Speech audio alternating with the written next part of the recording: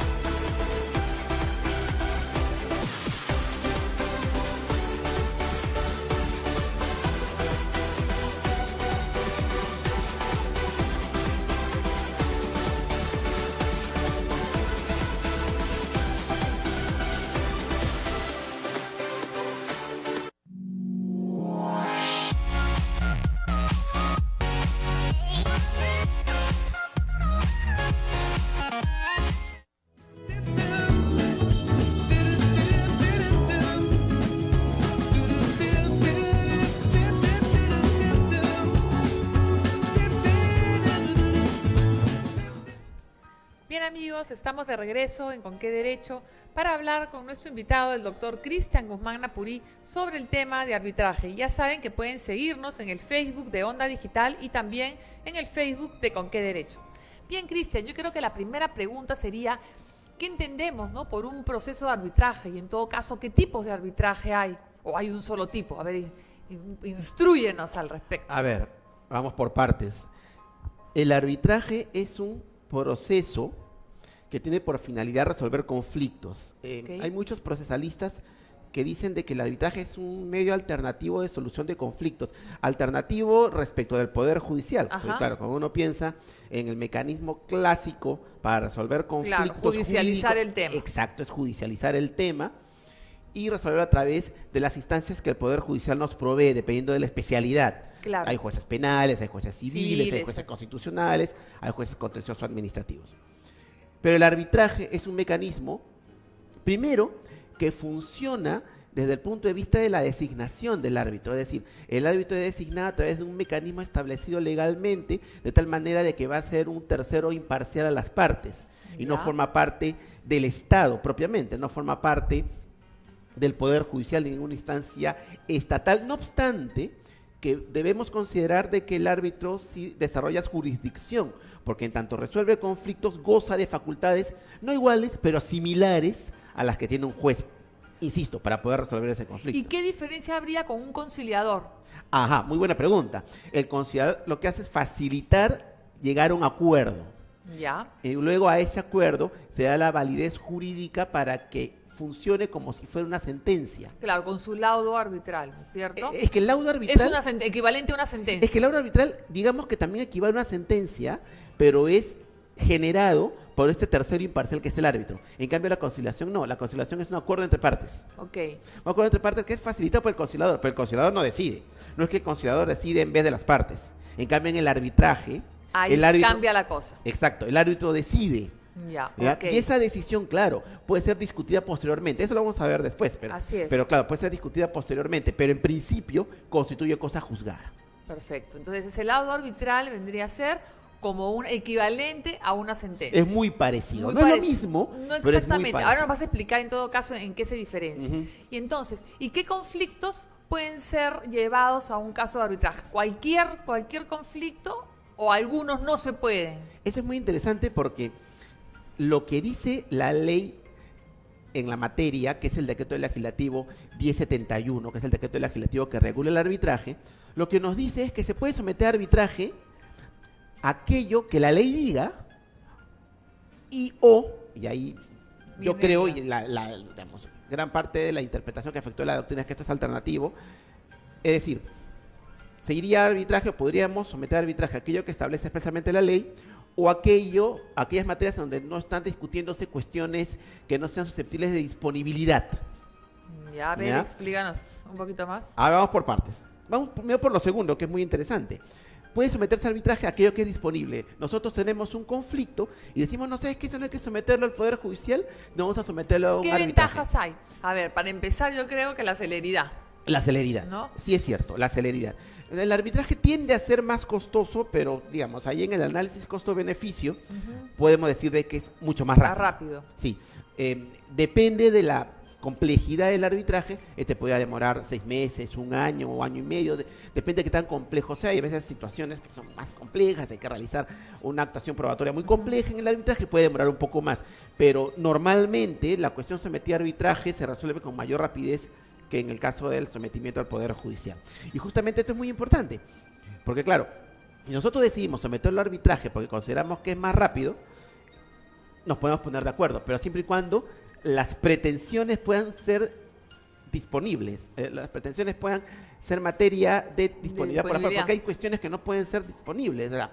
Hay cuestiones penales, por ejemplo, no pueden ser disponibles, o hay ámbitos del derecho de familia que no son susceptibles de ser disponibles, o hay ámbitos del derecho laboral que no son susceptibles de ser disponibles, entonces eso no se puede someter. Entonces la disponibilidad es un requisito necesario para poder ser posible de arbitraje. Sí, siempre y cuando la ley no diga lo contrario, o sea, la ley podría eventualmente someter a arbitraje cualquier cosa. Entonces, yo digo, y mucha de la doctrina nos acompaña en esto, que puede ser que cualquier materia sea disponible puede ser que cualquier materia sea susceptible de arbitraje si lo señala la ley. Esto es muy interesante porque en el caso que vamos a ver ahora, que es arbitraje en materia de contratación, es la ley la que dice que se somete a arbitraje lo que se va a discutir en la ejecución contractual de un contrato con el Estado. ¿Ya? Y claro, en principio uno podría decir, oye, pues eso no es disponible. Sí, claro, no es disponible, pero lo establece la ley, con lo cual es legítimo. Claro, con lo cual es legítimo, entonces. Entonces, volviendo un poco, en el caso justamente de someter a arbitraje las controversias que se generan por los contratos celebrados con el Estado, ¿cómo inicio el trámite? O sea, ¿cuál es el trámite a seguir? Explícanos cómo es que se arranca con esto. A ver, primero, la ley de contrataciones del Estado y su reglamento establecen que se debe someter a arbitraje, salvo algunas excepciones, someter a arbitraje la ejecución contractual o todos los conflictos que se generan durante la ejecución contractual de un contrato. No me pagaron, o se generaron gastos generales, o se requiere una ampliación de plazos. Hay un conjunto de pretensiones que se van a someter a arbitraje en la ejecución de un contrato con el Estado. O sea, un contrato de servicios, contrato de bienes, contrato de obras, ¿no? Es más, gran parte del arbitraje en materia de contrataciones del Estado es en materia de obras. Claro. Pues es donde se generan muchos conflictos. Justo en ese se presentan los problemas. Sí, porque el contrato de obra pública es un contrato muy complejo, ¿no? Entonces, y su ejecución también es muy compleja, se presentan un conjunto de situaciones. Ahora, ¿qué ocurre? Que, en primer lugar, debemos haber celebrado el contrato administrativo y en el contrato vamos a encontrar una cláusula que es la de sometimiento a arbitraje. Y en esa cláusula nos va a dar pautas para poder determinar cómo es que se va a someter a arbitraje la controversia. Lo primero que va a ocurrir es que una de las partes, evidentemente aquella que es la interesada en resolver el conflicto, va a invitar a la otra a someter la controversia a arbitraje, a través de una solicitud de arbitraje. Entonces esta solicitud va a ser remitida a la otra parte y esta va a contestar. ¿No? Y ahí depende bastante de qué arbitraje estemos, ¿no? Es lo que te preguntaba, ¿no? ¿Qué tipos de arbitraje hay? Uno, el institucional, ¿no es cierto? El otro, el arbitraje ad hoc. Correcto. El arbitraje institucional es aquel que es desarrollado, administrado por una institución determinada. Puede ser la Cámara de Comercio, puede ser OCE, puede ser el Centro de Conciliación y Arbitraje de la Universidad Católica. Hay varias instituciones que tramitan arbitrajes. El arbitraje ad hoc es aquel que es tramitado por un secretario arbitral autónomo, ¿no? Que es designado por las partes. O sea, y previamente en el contrato ya se designa o una vez se establece en el contrato. Se establece correcto. en el contrato. Pero ojo con este detalle. La reciente, o más o menos reciente reforma a la ley de contrataciones establece que en principio el arbitraje en contrataciones con el Estado debe ser arbitraje institucional. ¿Ya? Y se ha dejado... Eso dice la nueva ley. ¿Y antes qué decía? Que podía pelearse uno u otro. Ok. Y que el arbitraje ad hoc va a ser más bien excepcional. ¿No? Y que va a ser el reglamento el que establezca cuáles son los supuestos en los cuales cabe el arbitraje ad hoc. Y esto ha generado bastante... ¿Ya lo dijo el reglamento? Ya lo dice el reglamento. Ya lo dijo. Y esto es un tema que ha generado controversia, porque hay algunos que dicen, no, el arbitraje ad hoc es mejor. Hay algunos que dicen, no, el arbitraje institucional es mejor, y establece cada cual sus razones, ¿no? Sus contras. Sí, claro. Algunos dicen, no, es que uno es más rápido que el otro. No, es que uno es más seguro que el otro. Uno está sometido a determinadas reglas institucionales, el otro no. Entonces, cada cual va a establecer sus razones para establecer si uno es mejor que el otro. Pero finalmente va a quedar establecido en el momento que se firme ese contrato, ¿cuál tipo de arbitraje va a ser? Sí, para evitar una controversia de que finalmente... Que ocurre mucho, Que ocurre mucho. Y a veces pasa de que tenemos un arbitraje ad hoc y se convierte en un arbitraje institucional, o viceversa. Y se generan conflictos por eso. He visto recientemente casos en los cuales, oye, pero el arbitraje era institucional. No, vamos a hacerlo ad hoc porque las partes supuestamente se pusieron de acuerdo en eso. Y se generan responsabilidades incluso, por ejemplo, del procurador de la institución del Estado, ¿no? Y en una opinión personal tuya, ¿cuál consideras que es mejor? Yo creo que depende. Yo creo que en verdad depende de cómo es que se deba tramitar ese arbitraje del tipo de controversia. Hay un conjunto de factores que digamos, podrían hacerlo a uno preferir el arbitraje ad hoc que el arbitraje institucional.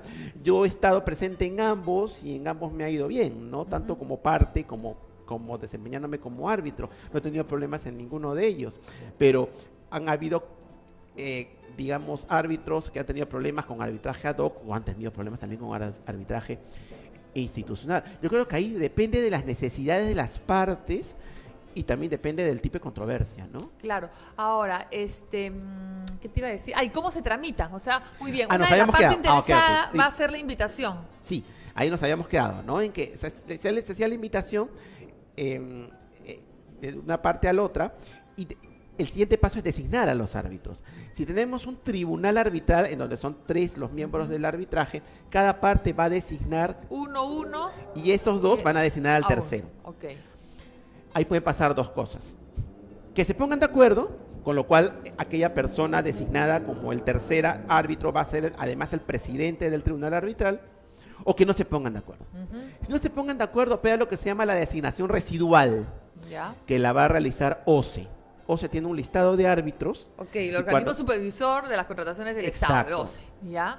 Entonces, OCE, ¿qué cosa va a hacer? De su lista de árbitros va a designar aquel que va a desempeñar el rol de presidente del tribunal. Correcto. Perfecto. Una vez hecho esto, este tribunal se va a instalar.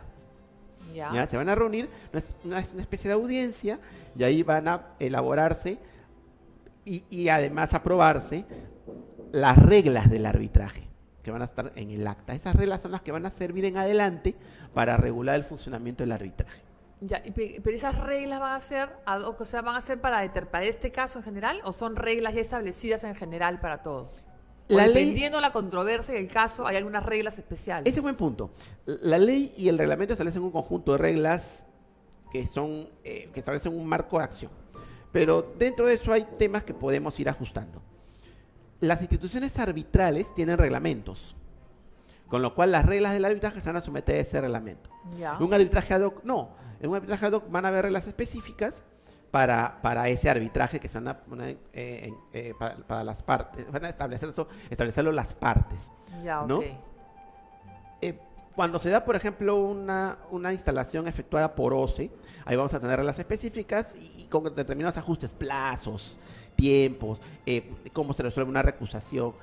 Pero en realidad las reglas no varían. En líneas generales más o menos son más o menos las similares. mismas. Sí, son muy Ok, parecidas. y si le hace la invitación a la otra parte, me imagino la otra parte también tiene un interés y va a contestar, pero digamos que no, en la primera vez no acude. ¿Hay una segunda emplazamiento?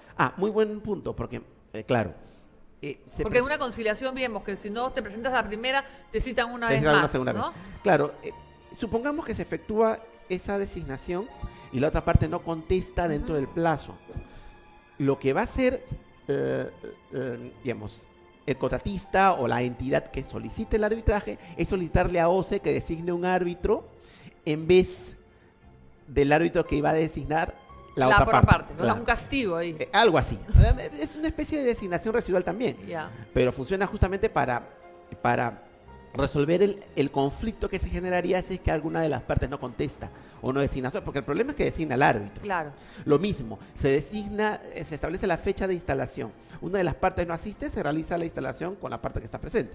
Ya. Con lo cual siempre hay mecanismos para resolver el conflicto. Perfecto. Siempre si se genera algún problema, siempre hay cómo resolverlo. Ya, ahí sigamos con el trámite. Ok, se presentan las dos partes, empiezan a tratar de llegar ahí, bueno, quien dirige todo el presidente. Sí, en esta audiencia de aprobación en que se aprueban las reglas del arbitraje. Una vez hecho esto, el siguiente paso es la presentación de la demanda, para lo cual se otorga un plazo, 10 días, 15 días, 20 días, depende, ¿no? Entonces, en ese plazo, el demandante debe presentar su demanda arbitral, Ya. ¿no? Cuya estructura es parecida Similar, a la de ¿no? una Una demanda judicial. judicial. No es igual, pero es muy similar, ¿ya? Entonces, también en las reglas del arbitraje se han establecido un plazo para que la otra parte conteste la demanda. Ujú. Entonces, se admite la demanda, se corre traslado y la otra parte tiene 10, 15, 20 días, normalmente es el mismo plazo, para contestar la demanda. Entonces, acá pueden pasar dos cosas, que conteste la demanda simplemente o que esa contestación de la demanda vaya acompañada de una reconvención, Ya. ¿no? Que son, digamos, pretensiones que la otra parte también puede tener en el proceso arbitral, ¿no? que, por ejemplo, se resuelve el contrato, pero además hay la pretensión de que se paguen determinados montos, o de repente que no se pague penalidad, etcétera, ¿no? Que también, oye, devuélveme la carta fianza. Claro. Hay un conjunto de situaciones que se pueden, un conjunto de pretensiones que pueden darse, tanto respecto del contratista como de la entidad. Y acá cualquiera de ellos puede ser demandante o demandado. Claro, alguien puede decirme, oye, pero la mayoría de veces el demandante es el contratista. Sí, pues, muchas veces, pero muchas veces también es la entidad la que quiere demandar, ¿no? O la que busca demandar. Entonces, se presenta la contestación de la demanda, ¿no? Y claro, y si hay reconvención, se tiene que correr traslado de la reconvención a la otra parte, claro, en un plazo similar. Entonces, ahí, ¿qué cosa va a ocurrir? Una vez hecho esto, se va a citar a una audiencia en la cual vamos a intentar conciliar, siempre es lo ideal, pero claro, es difícil que si las partes no conciliaron en el momento previo al arbitraje, concilien en esta audiencia de conciliación. Ha ocurrido... Pero es obligatoria igual la audiencia de conciliación. Es obligatorio intentar la conciliación, eso sí, ¿no? Si no se llega a una conciliación, que es lo más probable, se procede a determinar cuáles son los puntos controvertidos, ¿verdad?, dentro del arbitraje, o sea, sobre qué se va a pronunciar el laudo arbitral. Puntos controvertidos que en verdad se entienden como ilustrativos, nada más, ¿ah? Porque luego el laudo arbitral puede incorporar elementos adicionales, ¿no? Y finalmente en esa audiencia a lo que lo que debe seguir es la admisión de los medios probatorios. De ambas partes, ¿no? ¿Qué medios probatorios se van a admitir de cuáles de las partes, sea de la contestación, perdón, de la demanda, de la contestación, de la reconvención? Ahora, ¿qué ocurre muchas veces?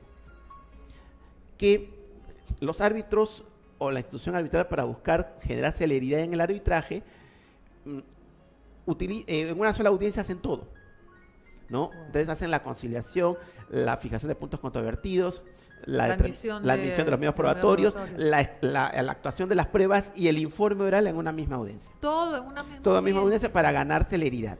Esto puede ser conveniente, sí, si tenemos una pretensión conjunta de pretensiones que no sean tan complejas. Sí, y puede ser útil, pero si no, va a tener que efectuarse una actuación de pruebas compleja que se va a realizar de repente en una, en dos o en tres audiencias aparte.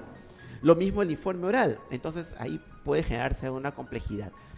En otros casos, más bien, se realiza esta audiencia que decíamos nosotros de conciliación, fijación de puntos controvertidos y admisión de medios probatorios, y se realiza una audiencia especial para que los árbitros puedan ilustrarse de los hechos. Se llama audiencia e ilustración de hechos normalmente. Entonces, las partes con estos, viene el contratista y me dice, yo pretendo tales y tales cosas por tales y tales hechos. Ok. Y viene la otra parte dice, yo pretendo esto con tales y tales hechos. Ok. No hay ninguna discusión jurídica. Lo que hacen los árbitros es simplemente tomar conocimiento de los hechos. ¿Qué fue lo que pasó? ¿No es cierto? Claro. Y ya se hacen preguntas, ¿no? Y explícame esto otro, y cómo ocurre esto, y qué ocurre aquí. Sin discutir la parte jurídica. Exacto, sin discutir el fondo de la controversia en términos jurídicos. Porque eso va a ocurrir en los alegatos, que son por escrito, y posteriormente en el informe oral. Luego habrá una audiencia de actuación de pruebas. Se prescinde de la audiencia de actuación de pruebas, o audiencia de pruebas simplemente, cuando, por ejemplo, tenemos medios probatorios estrictamente instrumentales, ¿no? O, por ejemplo, escrituras públicas, por ejemplo, oficios, cartas, memorandos, o sea, cuando hay medios probatorios que son de actuación inmediata, que son meramente documentales, instrumentales, no es necesario una audiencia de pruebas, pero de repente pues tenemos pericias y requerimos que el perito se presente a explicar su pericia. Claro, si niega la firma o qué sé yo. Sí, por ejemplo, hay casos complejos de obras en los cuales se requiere que un ingeniero vaya a ver la obra, ¿no? In situ, ahí a ver, in situ. Y chequee, si efectivamente falta esto, está esto, o no han cumplido con esto. Entonces él presenta su informe y dice, efectivamente el contratista cumplió con esto, pero no cumplió con esto otro. Entonces eso es clave, porque entonces ahí los árbitros dicen, efectivamente, no se cumplió con esto con el otro, y dice el perito. Y yo le voy explicando, le voy preguntando al perito para que me dé mayores esclareciendo datos. Todos los hechos. Sí, y a su vez la otra parte también puede hacer lo mismo. Y muchas veces pasa de que una de las partes ofrece una pericia, otra de las partes ofrece otra pericia, y se hace un debate pericial. Entre pericias. Sí, entonces, hay audiencias especiales de debate pericial, en las cuales los peritos discuten entre sí. Entonces los árbitros les van preguntando, las partes también van preguntando, y eso sirve para esclarecer aún más la controversia. Perfecto. Entonces, nos vamos a ir a un pequeño corte y luego nos has explicado un poquito cuál es la naturaleza de este laudo arbitral y Correcto. cuándo es que se podría impugnar un laudo. Con esto venimos después del corte en ¿Con qué derecho? Ya regresamos.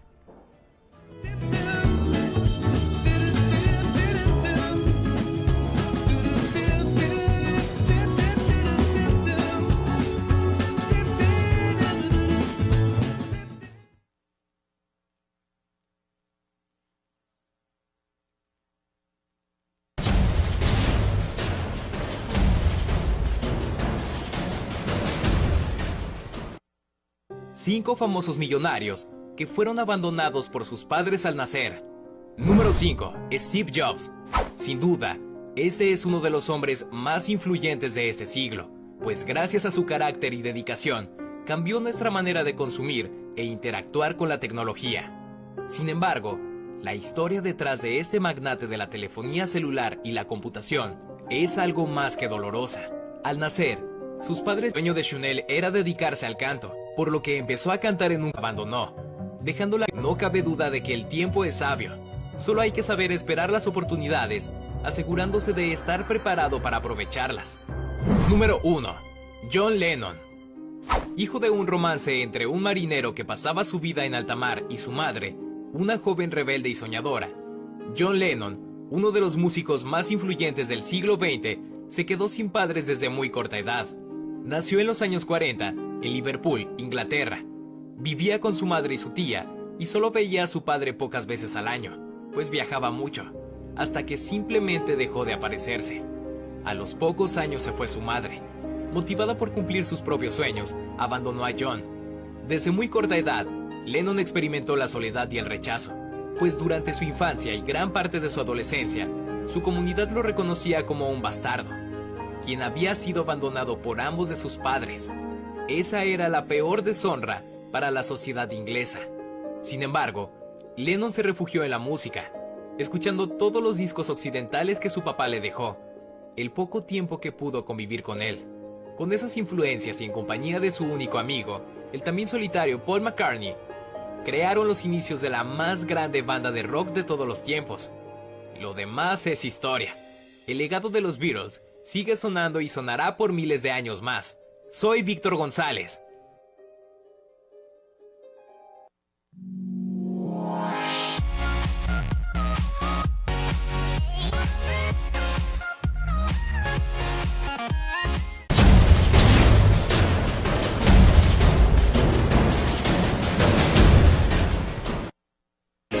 Conocer las noticias es bueno, entenderlas es mejor.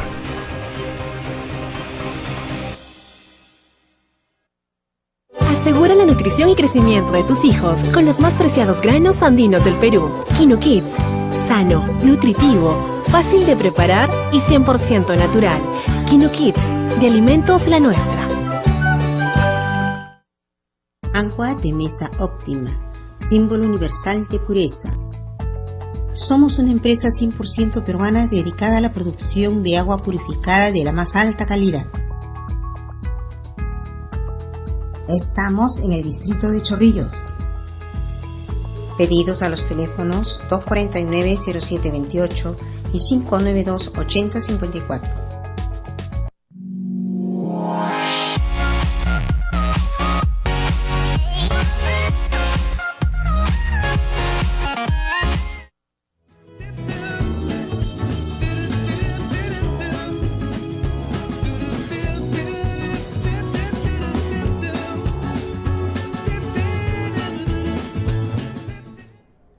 Bien amigos, estamos de regreso, esto es ¿Con qué derecho? Y estamos hablando sobre arbitraje. Saben que pueden seguirnos en Facebook de Onda Digital y también en el Facebook de ¿Con qué derecho?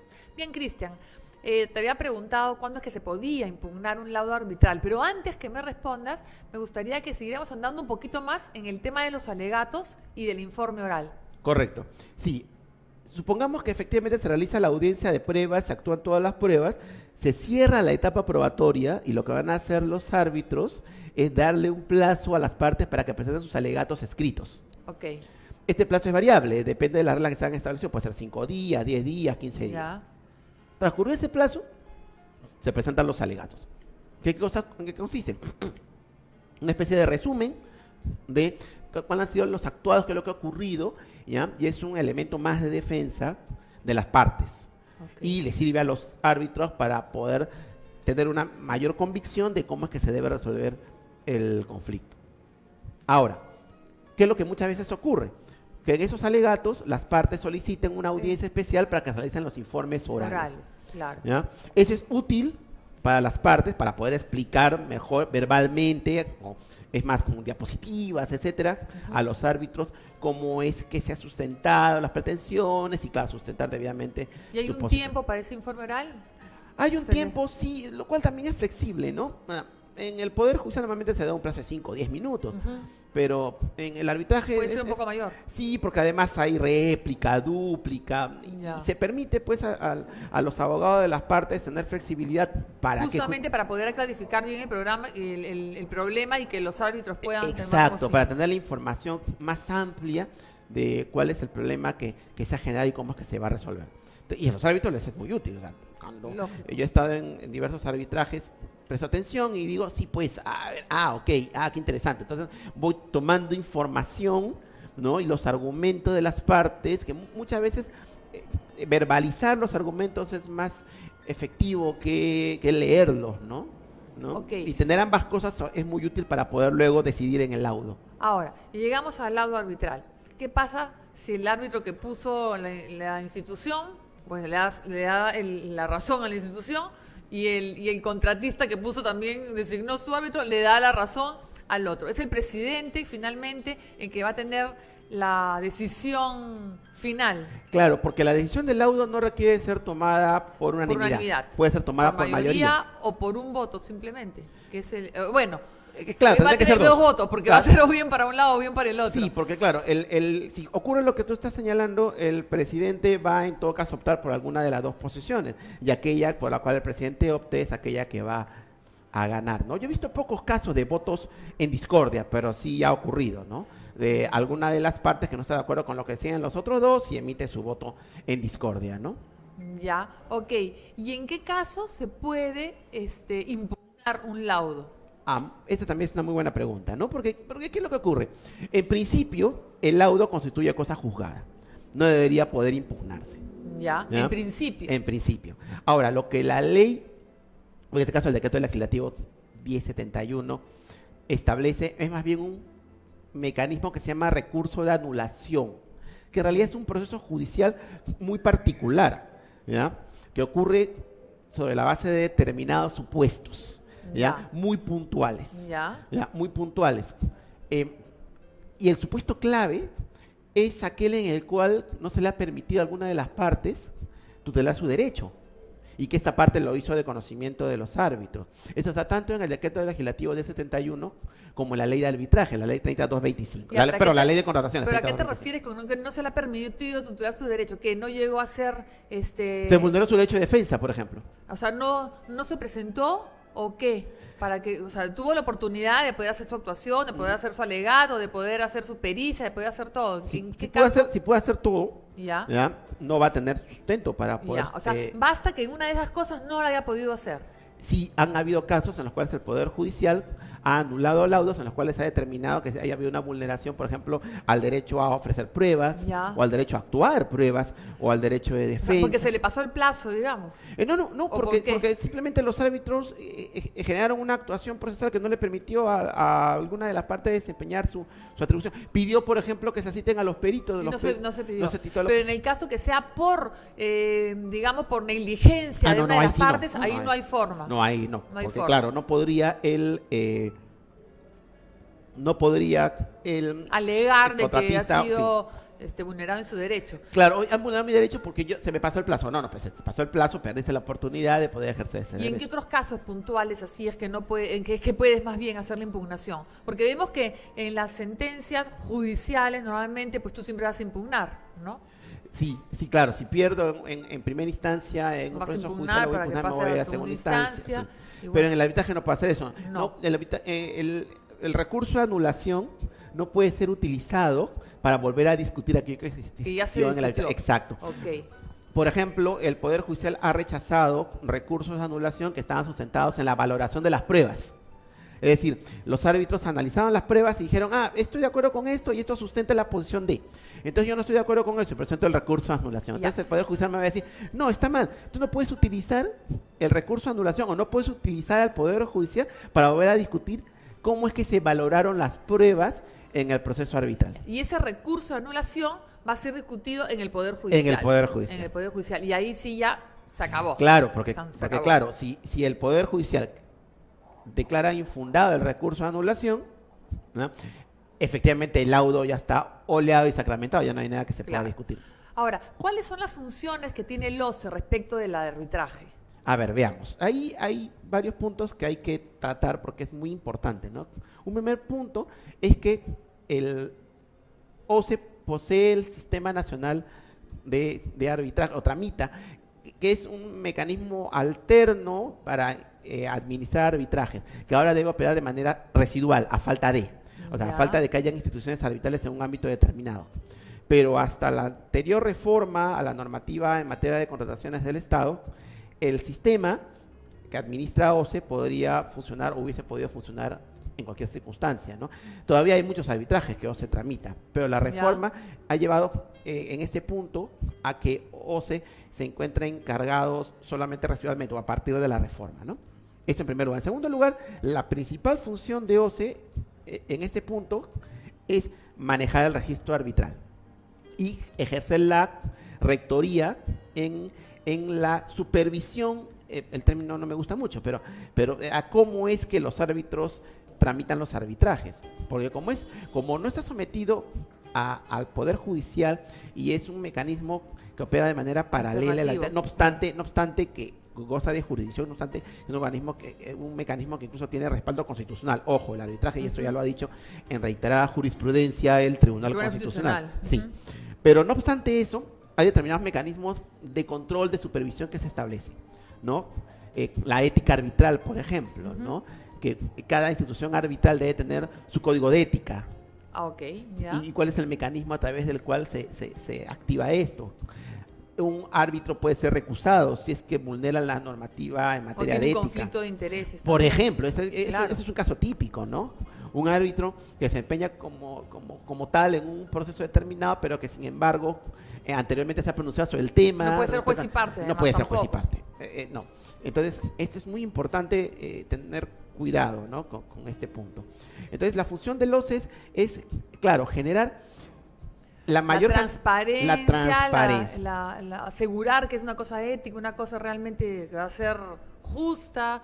Porque imaginemos que no sea así, porque ha ocurrido, entiendo que vamos a volver sobre esto, pero es muy complicado tener arbitrajes donde no se genera este mecanismo de transparencia. La transparencia en la designación de los árbitros, en la tramitación, en la manera como resuelven, ¿no?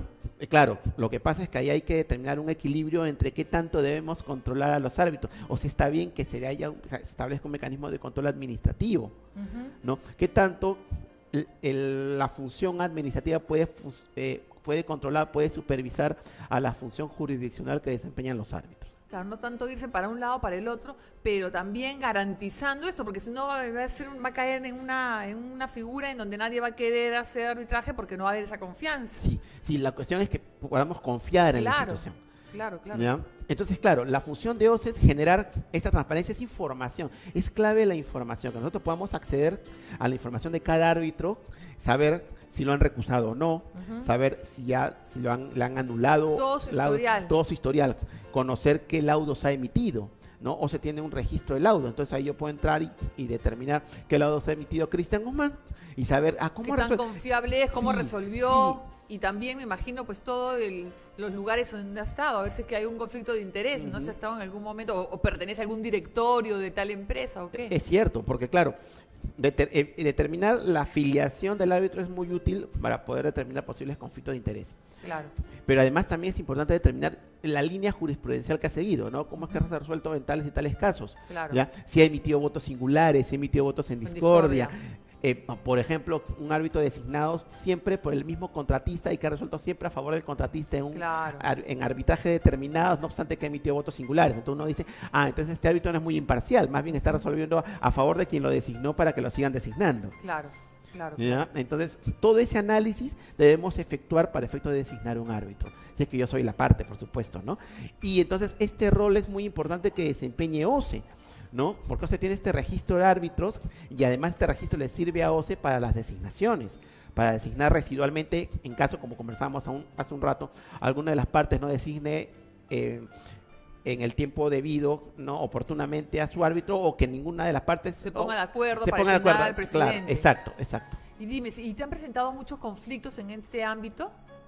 Sí, siempre se generan ese tipo de situaciones de controversias respecto de la transparencia, ¿no? De hecho, hay árbitros que muchas veces terminan siendo denunciados, ¿no? ¿Y cómo resolver esto? O sea, ¿cómo se está resolviendo en la práctica? Hay varias cosas que se pueden hacer y que se deben hacer, ¿no? Algo que está haciendo OCE, que está mejorando mucho la situación, es generando una mayor información, ¿no? Como decíamos hace un rato, el acceso a los datos de los árbitros, el acceso a toda la información que nosotros podamos tener respecto del arbitraje, ¿no? Un segundo elemento es que las partes estén atentas, ¿no?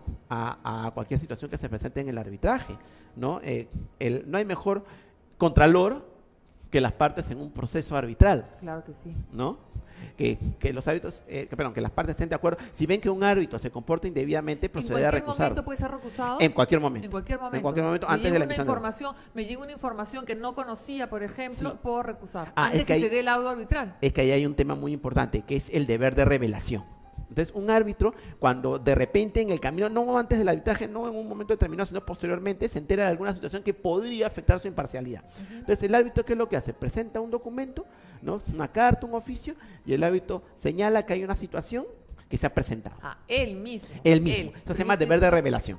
Ya, pero ¿Ya? yo estoy diciendo en el caso que una de las partes tome conocimiento que uno de los árbitros, ¿no?, ha descubierto que no se le llegó una información de último momento. Y eso es serio, ¿ah? ¿no? Porque ¿qué pasa si la parte se ha enterado y el árbitro no lo ha revelado? Esa es causal de Ajá. recusación. Claro. ¿Ya? Oye, ¿por qué no revelaste? No me pareció pertinente, pero debiste haberlo revelado. Por eso, muchos árbitros lo que hacemos es, se presenta alguna situación, evaluamos, ¿no? Y decimos, oye, esto sí, no es que vaya a afectar mi imparcialidad, pero yo creo que es necesario revelarlo. Entonces lo ponemos en conocimiento. Mejor es que lo digas, ¿no? En Mejor todo es decirlo a no claro, decirlo. por supuesto, claro que sí. Sí. Entonces, Y- es así como se maneja. Y eso sí, eso es muy importante, ¿no? Entonces, que las partes estén atentas a cualquier circunstancia que se pueda presentar, ¿no? Y finalmente yo creo que es clave en lo que corresponde a cómo mejorar el arbitraje, es tener cada vez árbitros más capaces, ¿no? Eso es muy importante. La capacitación permanente de los árbitros, ¿no? Eso es importantísimo, Y ¿no? clave, ¿no? De todas maneras. Ujú. Entonces, finalmente, ya entrando a la recta final de conclusiones, son mayores las ventajas que las desventajas Sin duda, al sin poder duda. recurrir a un arbitraje. Cada cierto tiempo, algún jurista o en el Congreso se postula, o se presenta algún proyecto o se pretende eliminar el arbitraje de la ejecución de los contratos administrativos, pero luego el análisis siempre va a ser positivo, ¿no? Hay problemas sin duda, pero el análisis siempre va a ser positivo. Es mejor que la ejecución contractual se someta a arbitraje. Perfecto. Bien, entonces, Cristian, te agradecemos muchísimo Muchas gracias por a haber ti. estado aquí. ¿Alguna recomendación final? No sé qué quieras dar. La recomendación es siempre la transparencia. En el arbitraje contractual, la transparencia, ¿no? Y siempre buscar designar a los mejores árbitros, tanto por parte de las entidades como por parte de los contratistas, ¿no? Estar siempre atentos y buscar escoger aquellos árbitros que estén mejor, para poder asegurar un mejor resultado en el arbitraje, un resultado imparcial. Por supuesto, ¿no? eso es lo que se busca. Sí. Bien, muchísimas gracias por haber venido aquí. Amigos, nos vamos a un corte y regresamos con lo último del programa. Ya volvemos en Con qué Derecho.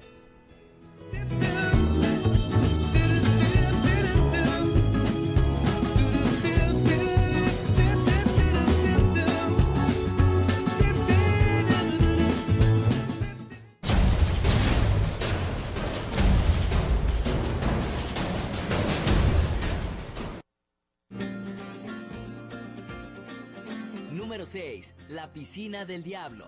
Zimbabue es un destino turístico famoso por la llamada Piscina del Diablo, una roca excavada en lo alto de las Cataratas Victoria, en la cual puedes apreciar una extrema caída de más de 100 metros de altura. A pesar de que es un lugar seguro durante los meses de septiembre y diciembre, ya que es cuando el caudal del agua baja, los guías aseguran que algunos descuidados han encontrado la muerte al caer por descuido hacia las rocas. Número 5. Reserva de Havasupai. 10 cascadas impresionantes son las que forman parte de esta reserva en Estados Unidos, la cual pertenece a un grupo de nativos americanos. Se puede explorar la vegetación verde y salvaje, disfrutar del hermoso paisaje, así como de las cristalinas aguas turquesa, o bien saltar desde un acantilado con mucho estilo. Número 4. Termas de Saturnia. Este conjunto de lagos, ríos y aguas termales naturales en la Toscana de Italia son el escape perfecto para cualquier romance. Los azules celestes del agua y las piscinas esculpidas al capricho de la naturaleza son la mejor atracción que ofrece relajación y un buen ritual de belleza en el paraíso.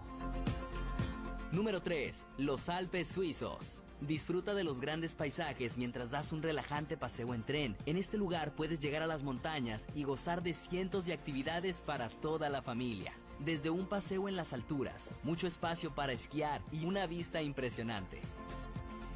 Número 2. Ríos glaciares en Canadá. En la provincia de la Columbia Británica, en Canadá, se extiende un genial espectáculo cuando llega el verano y el hielo se derrite para formar impresionantes ríos color turquesa, los cuales son ideales para tener una aventura en kayak hasta llegar al hermoso lago. Simplemente una experiencia maravillosa y emocionante. Número 1. Parque Lençóis Maranhenses. De julio a septiembre puedes gozar de la experiencia de esta maravilla natural en Brasil, que bien podría ser el paraíso en la tierra. En una extensión de kilómetros de arena blanca surgen hermosas albercas entre las dunas de aguas cristalinas, en las cuales puedes darte un buen chapuzón y sentirte en contacto con la naturaleza. Yo soy Tavo Betancourt.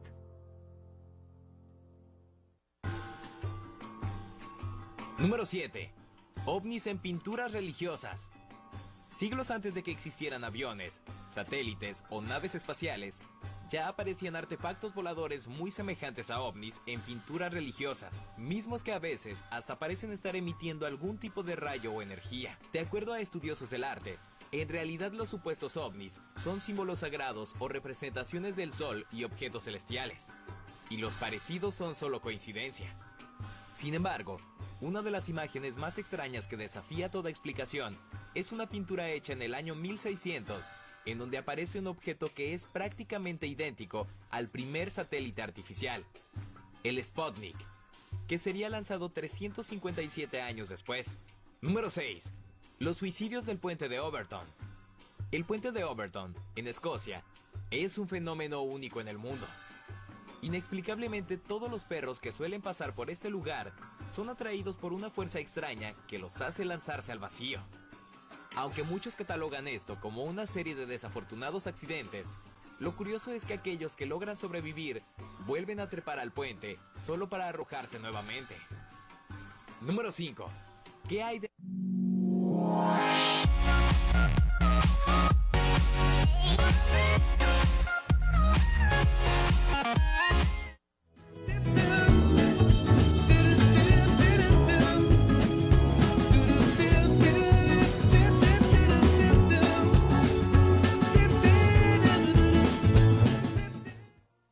Bien amigos, hemos llegado a lo último del programa. Nos despedimos con una frase del poeta y dramaturgo alemán Goethe que dice: no preguntemos si estamos plenamente de acuerdo, sino tan solo si marchamos por el mismo camino. Bien amigos, esto ha sido todo por hoy en Con qué Derecho. Regresamos el día de mañana. Chao.